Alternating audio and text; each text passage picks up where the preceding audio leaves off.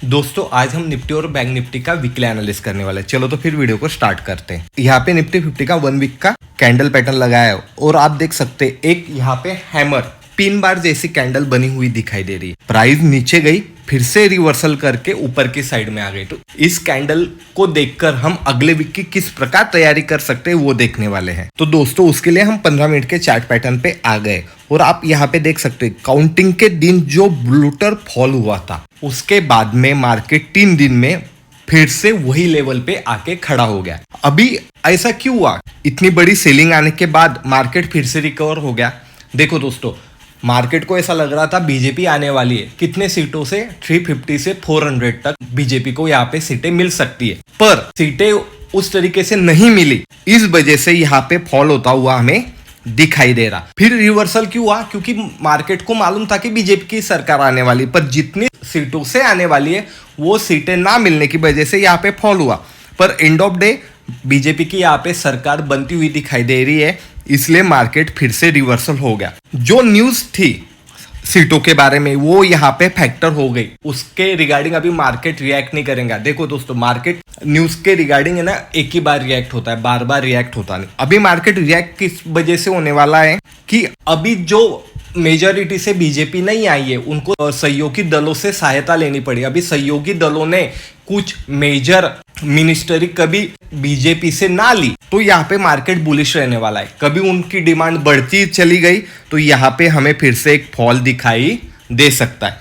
तो अगले वीक भी मार्केट न्यूज़ बेस यहाँ पे हमें चलता हुआ दिखने वाला है, तो आपको वो भी एनालिस करना है। और प्राइस एक्शन हमें क्या बताती है, जब तक सोमवार का जो हाई था वो निकलता नहीं तब तक हमें फ्रेश बाइंग करनी नहीं है।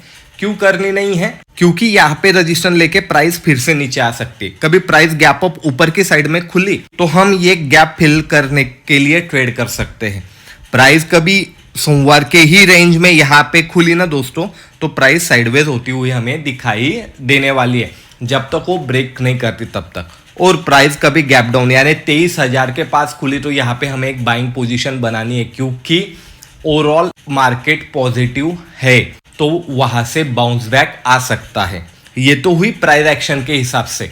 अभी हम ऑप्शन चेन को देख लेते हैं कि ऑप्शन चेन हमें क्या बताना चाह रही है। दोस्तों यहाँ पे निफ्टी की अगले वीक की एक्सपायरी की ऑप्शन चेन लगाई हुई है और आप यहाँ पे देख सकते हैं 23,300 पे मार्केट है, पर 23,000 पे कभी आपने पोजीशन देखी कॉल साइड में तो यहाँ पे कॉल राइटर फंसे हुए हैं, क्योंकि उनके प्राइस से मार्केट ऊपर की साइड में निकल गई है।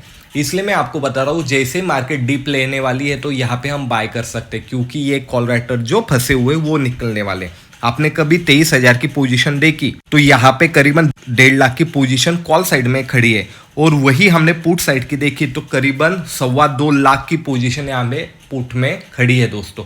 यानी ये 23,000 का स्ट्रॉन्ग सपोर्ट है।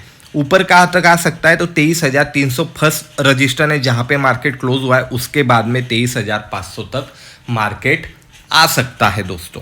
तो हमें 23,000 और 23,500 की एक रेंज है, ऊपर के साइड में हम सेल कर सकते हैं और नीचे 23,000 के आसपास हम बाय भी कर सकते हैं। अभी हम बैंक निफ्टी को देख लेते हैं। दोस्तों यहाँ पे भी बैंक निफ्टी का 1 वीक का चार्ट पैटर्न लगाया, यहाँ पे भी हैमर कैंडल जैसी कैंडल बनी है, पर इसकी बॉडी बड़ी है कंपैरिजन निफ्टी से किया जाए तो। जैसे कि यहाँ पे 15 मिनट के चार्ट में हमें दिखाई दे रहा है कि निफ्टी अपने मंडे के हाई के पास चली गई, पर बैंक निफ्टी के पास ये पेस अभी तक खुली है। तो बैंक निफ्टी कभी फ्लैट खुलती है तो ऊपर की साइड में जाने की पॉसिबिलिटी है। ये जो रेंज है यानी शुक्रवार के जिन मार्केट ने जहाँ पे ट्रेड किया है उस रेंज के ऊपर कभी निकलती हुई दिखाई दे रही है तो हमारा टारगेट ऊपर की साइड में मंडे के दिन के हाई का टारगेट रहने वाला है। कभी उसी टारगेट पे खुलती तो हमें वेट करना है वो ब्रिज करके ऊपर की साइड में जा रही क्या नीचे की साइड में जा रही।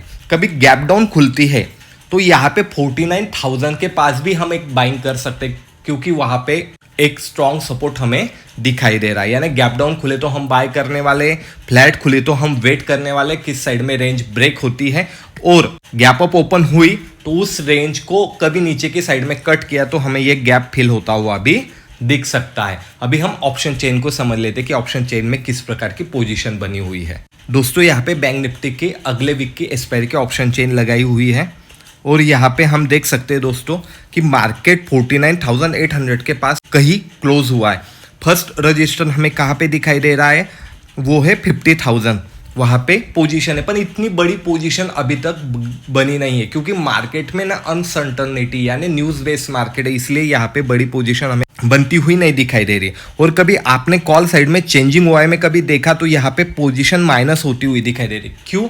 क्योंकि मार्केट उनके लेवल से ऊपर आ गया। किसी ने ऐसा नहीं सोचा था कि मार्केट 2-3 दिन में ही फुल रिवर्सल हो जाएगा। तो यहाँ पे सब कॉल राइटर ट्रैप हो चुके। तो जैसे ही यहाँ पे भी डिप मिलता है तो हमें एक बढ़िया बाइंग मिल सकती है। 50,000 के ऊपर कभी निकला तो अगला टारगेट क्या रहने वाला है, 50,500। उसके पास में 51,000 का हमें टारगेट मिल सकता है। सपोर्ट कहाँ पे स्ट्रॉन्ग, तो स्ट्रॉन्ग सपोर्ट दोस्तों 49,000 पे ही हमें यहाँ पे दिखाई दे रहा है। उसके पहले कोई भी इतना बड़ा स्ट्रॉन्ग सपोर्ट यहाँ पे हमें दिखाई नहीं दे रहा है। ये हमें ऑप्शन चेन कह रही है। मंडे के दिन आपने 9:30 के पास ऑप्शन चेन को एक बार फिर से वेरीफाइड करना है कि यहाँ पे किस प्रकार की पोजीशन बनती हुई हमें दिखाई दे रही है। कभी इसी प्रकार के वीडियो आपको अच्छे लगते होंगे तो लाइक शेयर कमेंट जरूर कीजिएगा और मार्केट मंच चैनल को सब्सक्राइब भी कीजिएगा। मैं मिलूंगा आपको अगले वीडियो में। धन्यवाद।